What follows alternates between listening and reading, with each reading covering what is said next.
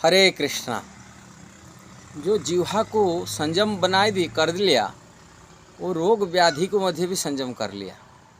ये संसार में दो प्रकार रोग लगा है। एक तो भौतिक रोग, संसारिक देह में जो रोग पैदा होता है, तरह तरह के रोग पैदा होता है।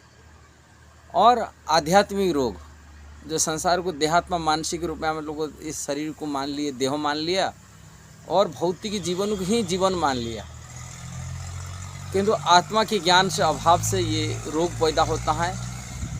भगवान से भूलने से रोग पैदा होता है। और रोग की बढ़ापा देने के लिए, रोग को जोड़ने के लिए सबसे बड़ा महत्वपूर्ण है भोजन है। ये जीवा की बस में आकर जीवात्मा यहाँ तरह तरह की भोजन में प्रवेश करता है, रोग व्याधि भी बनाता है। भौतिक बीमारी हो, आध्यात्मिक बीमारी हो, ये दोनों बीमारी का मूल कारण है जीवा है। कारण यहाँ जीवा से वो रोग व्याधि को पैदा करता है, पाप भी करता है।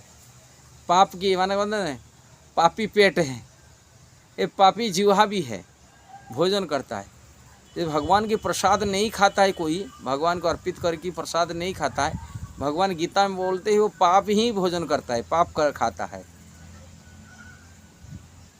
जो भगवान की प्रसाद यज्ञ सिन्हा सष्टो संतो मुच्यंति सर्व किल विषयी भोजंती तोघम पापा जे पचंती आत्मकारणात्। जो अपनी इंद्रिय तृप्ति के लिए जो भोजन ग्रहण करता है, स्वीकार करता है, वो पाप ही खाता है।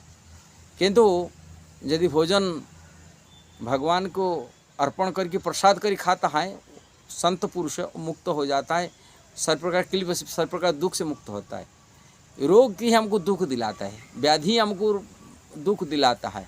इसलिए व्याधि से बचने के लिए एक उपाय है, भगवान की प्रसाद भी खाना चाहिए, किंतु ऐसा नहीं कि जीवा की बीमारी पैदा कर ले। इसलिए जीवा को हमसे कंट्रोल, संयमित जीवन बिताना सबसे बड़ा महत्वपूर्ण। और जो व्यक्ति जीवा को अपना कंट्रोल रखता है, अपनी संयम बरता है, वो व्यक्ति रोग व्याधि से भी मुक्त हो जाता है, शरीर सुस्त रहता है, निरोगी होता है।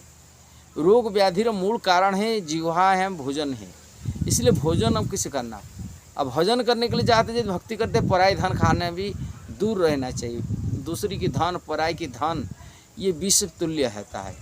इसलिए पराई धन खाए कि भोजन कोई साधु नहीं कर सकता। इसलिए जो साधु तो खाएगा, साधु तो कोई कमाता नहीं, साधु तो दूसरी का अन्न खाता है।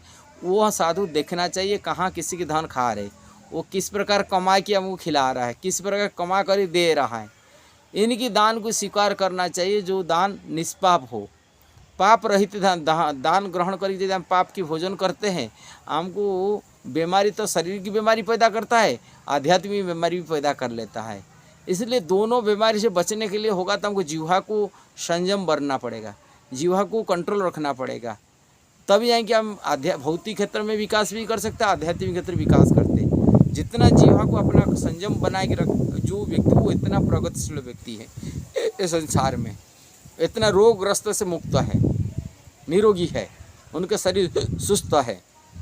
अब पराय धन, विषय धन और पाप धन और जीवा के लालसा में जो रजोगुण तमोगुणी अन्न अनाज और रजोगुण तमोगुण भोजन, वो भी व्यक्ति को दिया और बीमारी रोगग्रस्त करा देता है, बीमारी पैदा कर देता है। इसलिए ज़्यादातर लोग आज संसार में जो बीमारी हम भोग रहे हैं, दवाई खा रहे हैं, ये खा रहे हैं, इसका मूल कारण जीवा है। इसलिए जीवा को संयम रखना चाहिए। ये वीडियो को बनाने का उद्देश्य ये है, जीवा को हमेशा ऐसा अन्न खाने से दूर रहना चाहिए, देखना चाहिए, सावधान होना चाहिए, बुद्धि में विचार करना चाहिए, विवेक से काम लेना चाहिए, तभी यदि हम निरोगी हो सकते। वीडियो जो सही लगा जरूर इसको शेयर करना, सब्सक्राइब करना, लाइक कमेंट देना। हरे कृष्णा।